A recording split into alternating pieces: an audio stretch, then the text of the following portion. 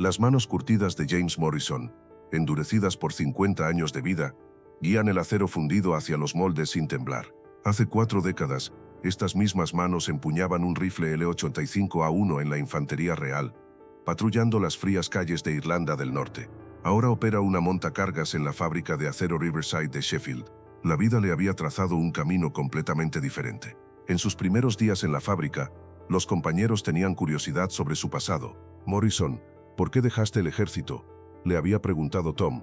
James simplemente había dicho, era hora de un cambio. En realidad lo que había presenciado en Bosnia lo había conmovido profundamente, llevándolo a decidir regresar a la vida civil. James, cambio de turno, grita su supervisor Pete. Morrison se limpia las manos en su delantal grasoso, mira su reloj. 6 de la tarde, hora de regresar a casa con su esposa Sara y su hijo Daniel de 16 años. La misma rutina durante 20 años, la misma paz. Cuando entra a su hogar en uno de los barrios obreros de Sheffield, Sara está preparando la cena en la cocina. El aroma de pescado con papas fritas llena sus fosas nasales. Incluso después de 20 años de matrimonio, sus ojos aún conservan la misma calidez del día en que se conocieron. En aquel entonces, James era un joven sargento, y Sara trabajaba como enfermera en el hospital. Daniel está sentado frente a su computadora en la sala, estudiando para los exámenes de ingreso a la universidad. Quiere estudiar ingeniería, decidido a forjar su propio camino en lugar de seguir los pasos de su padre. «Papá, ¿cómo se ve la situación en Ucrania?», pregunta Daniel, sin levantar la cabeza de BBC News. La pantalla muestra reportes de fuerzas rusas concentrándose en la frontera. James se encoge de hombros. «Política, hijo, no es nuestro asunto», pero en el fondo está preocupado. Como exsoldado, puede oler el peligro a kilómetros de distancia. Por las noches, después de que Sara se duerme, ve canales de noticias, estudia mapas, analiza la situación, reportes de la OTAN, divisiones de tanques rusos, líneas de suministro, nada desconocido para él. 24 de febrero de 2022, exactamente las 5:30 de la madrugada. El teléfono Nokia de James suena. Reconoce el tono.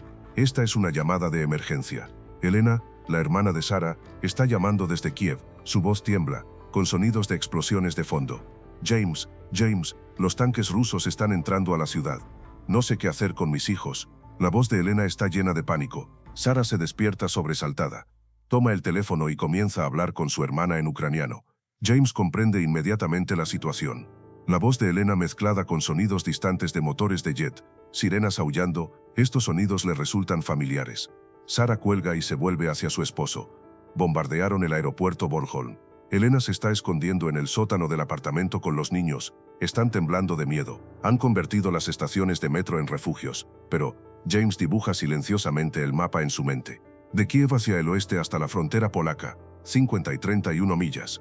Las carreteras principales probablemente bajo ataque. Rutas seguras. ¿Qué dice?, pregunta James, viendo a Sara llorar y preocupándose. Necesitan escapar pero no saben cómo. Sin combustible, carreteras cerradas. El esposo de Elena murió hace 3 años. Está sola con 2 niños. La mentalidad militar de James se activa automáticamente. Evaluación de riesgos, planificación logística, rutas de escape. Es como si hubiera sido transportado 20 años atrás.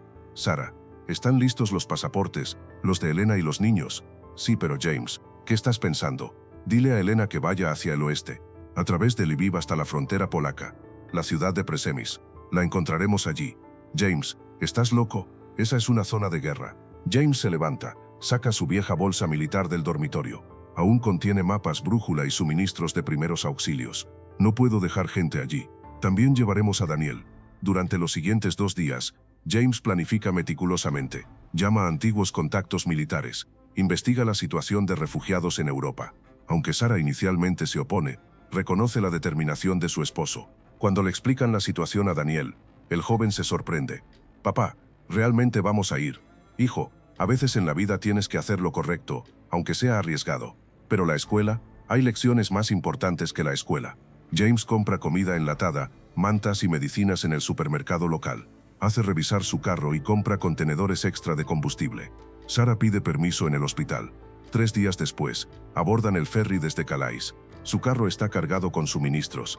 La vieja bolsa militar de James contiene mapas, GPS, radio y equipo de primeros auxilios de estándar militar. La frontera Polonia-Ucrania es un caos completo. El pueblo de Przemyśl tiene 5 veces su población normal. Miles de refugiados fluyen en todas las direcciones. Mujeres corren con bebés en brazos, ancianos luchan con andadores, niños lloran. James había visto esta escena antes. Bosnia, el mismo caos, la misma desesperación, el mismo miedo. Papá, esto es... Daniel no puede encontrar las palabras. Esta es la cara real de la guerra, hijo. Hablando con Elena por teléfono la encuentran. Elena tiene una hija de 8 años, Anya, y un hijo de 12 años, Víctor. Los niños no han dormido en 48 horas y están aterrorizados. James, no sabíamos qué hacer, llora Elena. Ahora estás a salvo. Te llevaré a casa. Pero pasando la noche en el campamento temporal de refugiados, James ve la situación.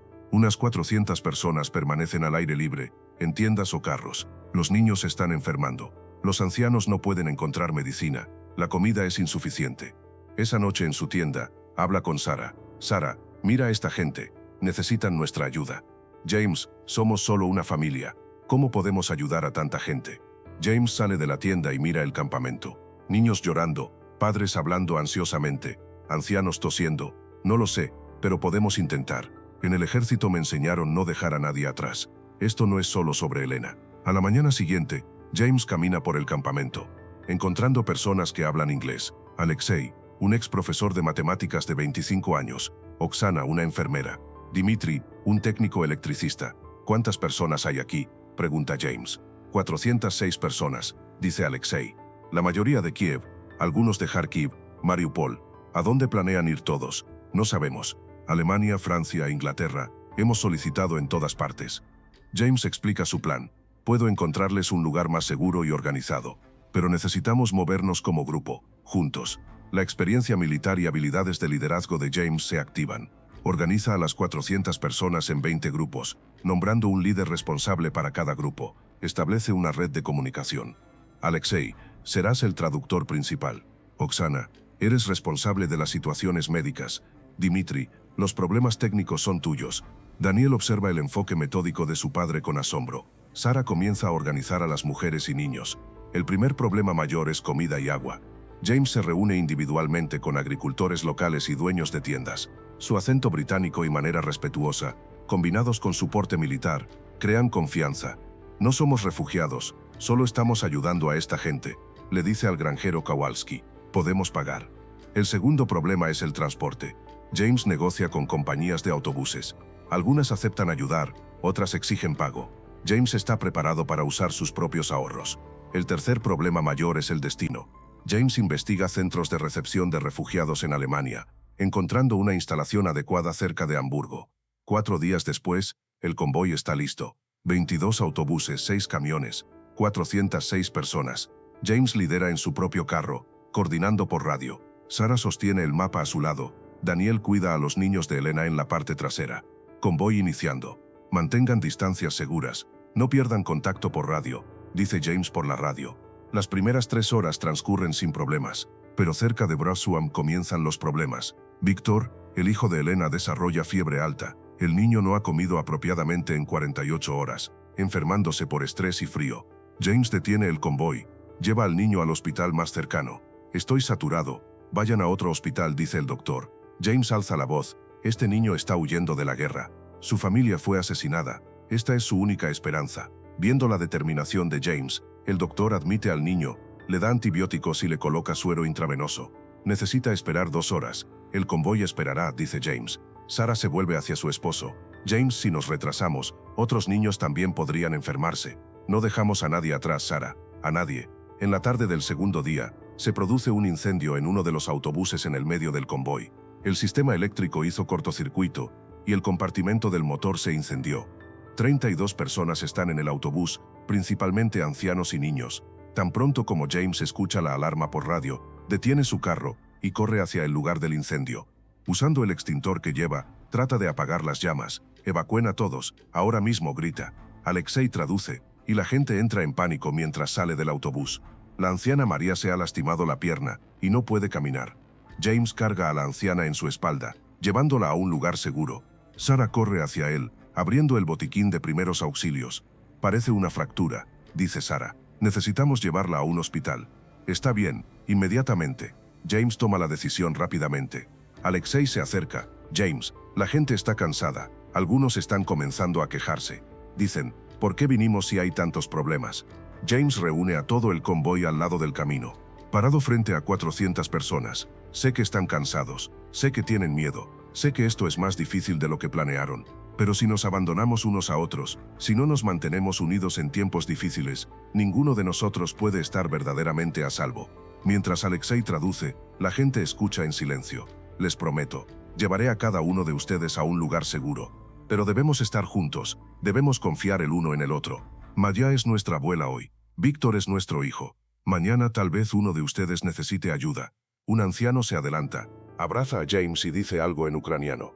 Alexei traduce, dice que eres como un ángel. Dios te envió. Cuando llegan a la frontera alemana, enfrentan un nuevo problema. Se necesita permiso especial para cruzar un grupo tan grande.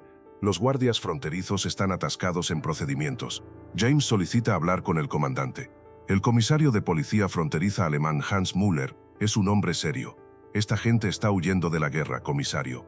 Hay bebés, niños, ancianos enfermos entre ellos.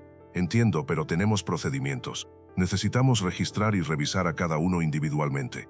Esto tomará días. Esta gente no puede esperar tanto tiempo en carros y autobuses. James muestra su identificación militar. Explica su trasfondo. Müller, siendo también exsoldado, muestra comprensión. Está bien, Morrison. Confío en usted. Abriré un corredor especial, pero todos son su responsabilidad. Acepto. Cuando llegan al centro de recepción de refugiados Harburg cerca de Hamburgo, todos están llorando. Lágrimas de alegría, alivio, paz. Los niños comienzan a correr. Los ancianos se arrodillan y rezan. Elena corre y abraza a James. No eres solo un cuñado, James. Nos protegimos unos a otros, todos juntos. El director del campamento, Dr. Weber, recibe a James con asombro. Trajiste 406 personas tú solo. No solo, doctor, junto con mi familia y esta gente. Esta es una organización increíble. Nunca he visto tal coordinación. La mayoría de la gente llega sola y se pierde. James va donde Víctor. El niño se ha recuperado y está jugando. Tío James, gracias, dice Víctor en inglés. Eres un niño fuerte, Víctor. Cuida bien a tu madre y hermana. 3 días después, James regresa a Inglaterra con su familia, pero este viaje lo ha cambiado profundamente. Piensa silenciosamente en el carro. ¿Te arrepientes?, pregunta Sara. No, por primera vez en mi vida, siento que he hecho algo verdaderamente importante y significativo. Daniel pregunta desde atrás, papá, ¿eres un verdadero héroe? James mira a su hijo en el espejo. No, hijo, solo hice lo que había que hacer. El verdadero heroísmo no está en grandes eventos como este. Está oculto en pequeñas bondades diarias. Cuando regresan a Sheffield, James continúa su rutina en la fábrica, pero ahora es diferente, más decidido, más en paz. Pasan los meses. James recibe regularmente correos electrónicos de Hamburgo. Alexei, James, salimos del campamento. Ahora tenemos trabajos, los niños van a la escuela, pero siguen llegando nuevos refugiados. ¿Puedes enseñarme cómo ayudarlos? Víctor, tío James, aprendí alemán. Soy el mejor estudiante de la escuela. Cuando crezca, seré ingeniero y ayudaré a la gente como tú. María, querido James, mi pierna se ha curado completamente. Rezo por ti todos los días. Cuando James lee estos mensajes, sus ojos se llenan de lágrimas. Sara observa a su esposo. Has cambiado, James. Eres más feliz. Porque he encontrado el significado de mi vida. James comienza a hacer voluntariado en una organización de ayuda a refugiados en Manchester los fines de semana. Sara y Daniel se unen a él. Cuando las familias ucranianas recién llegadas ven a James, dicen, él es nuestro héroe. Un año después, James, Sara y Daniel visitan Hamburgo otra vez. La mayoría de esas 406 personas ahora han construido sus propias vidas. Los niños van a la escuela, los adultos trabajan, los ancianos juegan con sus nietos. Elena ahora es dueña de una floristería. James, sepas que no solo salvaste nuestras vidas, nos diste un nuevo comienzo. Víctor ahora tiene 13 años, habla alemán perfectamente y es el primero de su clase. Tío James, cuando crezca seré piloto militar. Anja, esa niñita ahora de 9 años, le da a James un dibujo especialmente hecho. En la imagen hay un hombre grande rodeado de cientos de figuras pequeñas. En la parte inferior escribió, Mein Held James. Mientras James mira el dibujo, sus ojos se llenan de lágrimas. Pero estas no son lágrimas de tristeza, son lágrimas de orgullo y profunda satisfacción. Esa noche en la habitación del hotel, habla con Sara. ¿Sabes, Sara? Cuando era joven en el ejército, siempre pensé que participaría en grandes guerras, salvaría el mundo. Resulta que mi guerra real comenzó a esta edad. ¿Qué guerra, James? La guerra de la humanidad. La guerra de la bondad. Y esta guerra nunca termina. Daniel mira las luces de Hamburgo desde el balcón. Papá, cuando crezca también quiero ser como tú. Hijo, ya serás mucho mejor que yo. porque aprendiste estas lecciones siendo joven. James Morrison, ex soldado de 55 años, aún operador de montacargas en Sheffield, pero ahora sus compañeros en la fábrica lo llaman corazón de hierro. Porque ellos también han aprendido, el hierro real no se derrite en el fuego, se vuelve más duro cuando se enfría, justo como James. En lugar de derretirse en el fuego de la guerra, emergió más fuerte, y cada noche, en 406 lugares diferentes, en 406 idiomas diferentes, se dice la misma oración: gracias por James Morrison, él es nuestro héroe. James nunca sabe, pero las personas que salieron de ese campamento en Hamburgo ahora están ayudando a otros refugiados recién llegados de la misma manera. Alexei ahora es coordinador voluntario, Oksana maneja la ayuda médica, Dimitri proporciona soporte técnico.